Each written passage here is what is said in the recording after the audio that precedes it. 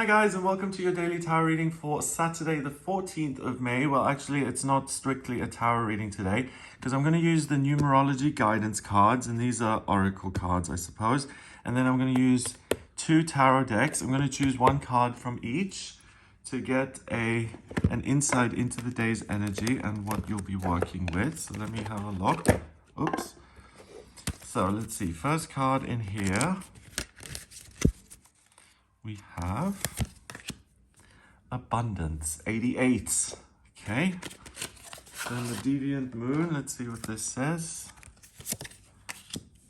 The ace of swords. Oh, an abundance of good ideas. That's nice.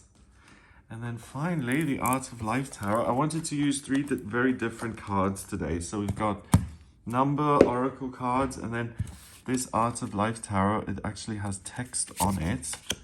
So we have a little bit of a quote. Oh, and we have the Chariot. Okay, so first of all, this looks like an amazing day because abundance is wealth and prosperity and good times. The Ace of Swords is a gift from the universe when it comes to your ideas, your perception, moment of clarity. The little doggy agrees with me. And then finally, we have the Chariot, which is triumph and victory and success. So not only are you going to have lots of ideas, you're going to have lots of great ideas that lead to a good outcome. Amazing. Okay, so first of all, 8 in numerology is power and strength. 88 is even more of the same. If we had 888, it would be an abundance of power and strength.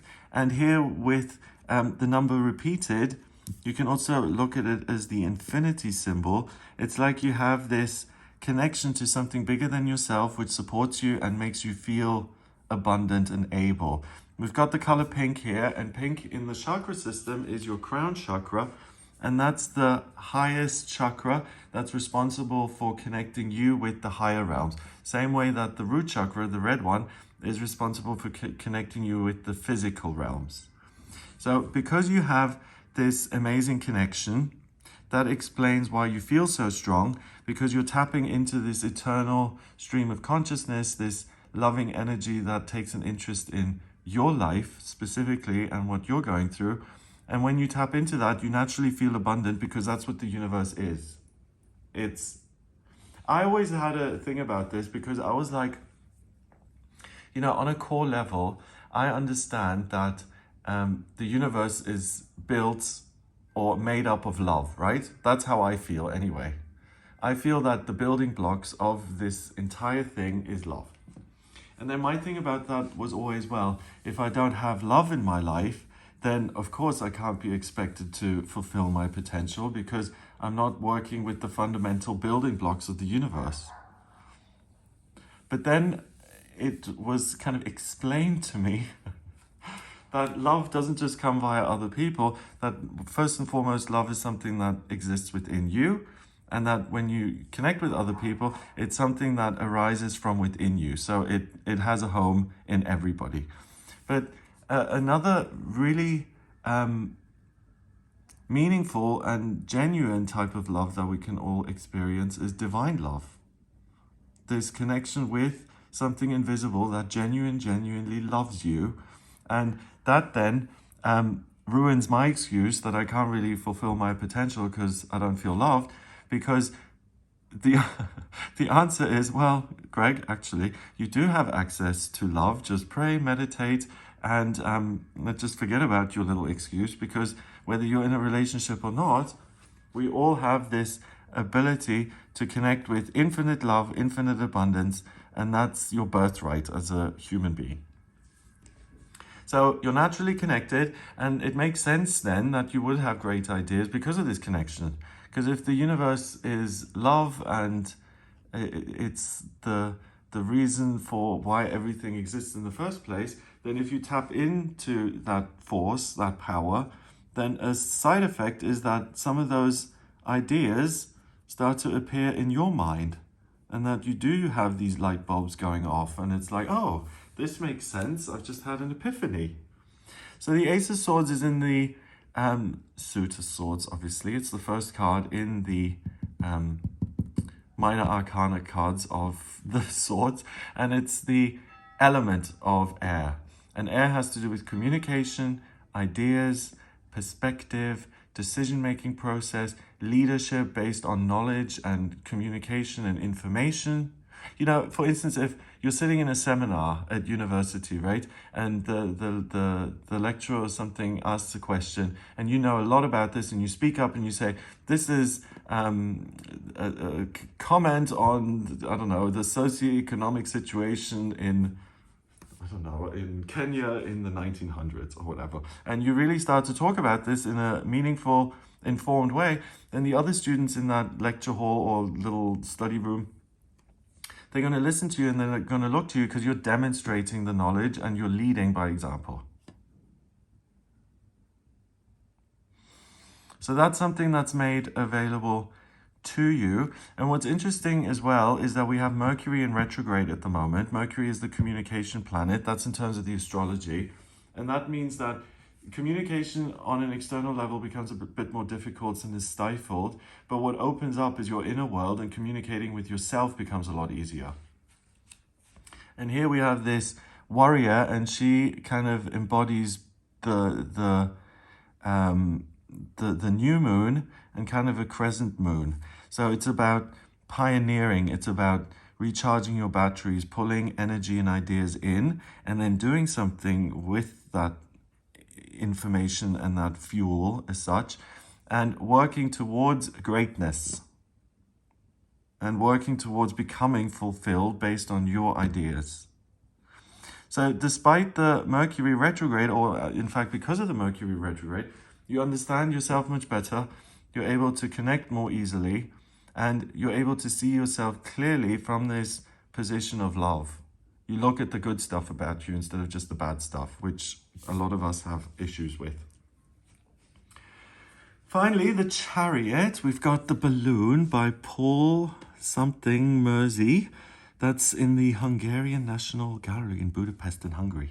Okay, so the Chariot is usually Caesar on his chariot and two sphinxes in front of him, and the card is about triumph and victory and success based on your ideas. He's got a canopy of stars above him, and the whole card of the Chariot is usually about being divinely guided, getting this abundance of great ideas from the universe, and then including your human self in that, and allowing the human self to do the legwork based on this abstract information. And when those two combine, that's when magic happens, and that's when you succeed and create wonderful things for yourself in life and for other people. And here we've got, do not go where the path may lead. So you decide what the path is, you forge your own path, that's the warning, I suppose, of the day then. You've got all this abundance and you've got this great instruction from the universe. Don't let yourself be instructed by other people who think they know better than you do. It's unlikely that they do when you have these two cards here. Go instead where there is no path and leave a trail. Okay, so get your machete out and... But kidding aside, if there is no path, you're going to have to whack down all the jungle stuff to create a path. Yes, it's going to leave a trail. It'll be easier for other people. But if we're looking at this short term, it's going to be harder for you. So the cards are saying it's a better option to take the hard path that's based on your ideas and what makes you feel loved and abundant and amazing about yourself, and pink. What tickles you pink about yourself, basically, okay? When you take action on that, it may feel harder, but it pays off, and it even helps other people further down the road. You come across someone today who has a great idea, but instead of doing it themselves, they say, hey, you, I want to delegate some work here. I want you to do this and this and this for me. And oh, you don't have time and you already have plans? Well, forget about those. You're on my schedule now. You have to do what I say.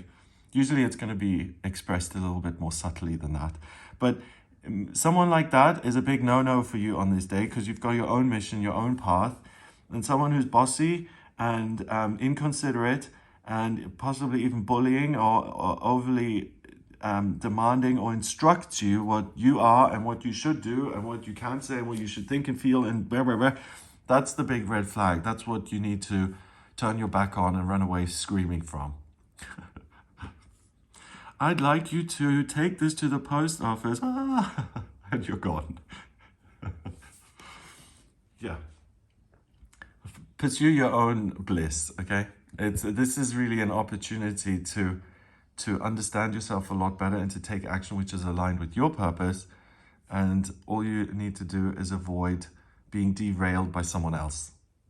Number-wise, we've got the Chariot, which is 7 in the major arcana. Then the Ace, that counts as 1. So we've got 7 and 1 is 8. And then the triple 8, so we've got 888. First of all, that is incredible power. It's strength. It's the infinite abundance of the universe working its way through you into the real world so that you can succeed. Which on a very subtle level is every day that we're alive and we get to wake up and breathe. But on an explicit level, this is a day where you can really experience that and have a great success as a result of being true to yourself. But I just want to add up the other numbers, and I'm just going to show how dumb I am again now, because I have to add up 888. So 8 and 8 is 16. 1 and 6 is 7. And then another 8 is 15. And 1 and 5 is 6. So 6 is an opportunity for success. And let me just see if I did that properly. So let's do 8 and 8 is 16, and another 8 is 24. 2 and 4 is 6. Yep, 6 is a temporary opportunity. So it's like the sky opens up and the abundance of the universe just trickles into your head and makes you feel pink. So let yourself think big, amazing ideas, and then do the legwork around those ideas, and you'll be laughing all the way home. Yeah, that's the temporary opportunity of the day. That you really feel the love and that empowers you into action. So that certainly looks promising. I hope you have a wonderful day. If you'd like a personal reading with me, please get in touch via my website. It's gregoryscott.com. On the front page, click on book your reading to audio reading with me. And in my personal readings, I use numerology, the tarot, and astrology. I combine all three in the personal readings. Your birth chart I draw up by using your place of birth, date of birth, and time of birth. Excuse me, if you don't have the time of birth, then order a chart rectification with me. That's a process where I can work out your time of birth. So you just send me 10 or more life events and I can work it out. Once I have those 3 bits of info, I can draw up a snapshot of the sky at the moment you were born, so your natal chart, and that says a lot about you. Life purpose, what's coming up in future, strengths, weaknesses, specifics like relationships, hopes and dreams, travel, children, finances, anything at all. So if you do have any questions around what's coming up in future or what you're supposed to be doing for work, what would be the best option, you're not quite clear on that, then please do get in touch with me for a personal reading. If you like this video, give it a thumbs up, please hit subscribe and share it online. Have an amazing day, and I'll speak to you tomorrow.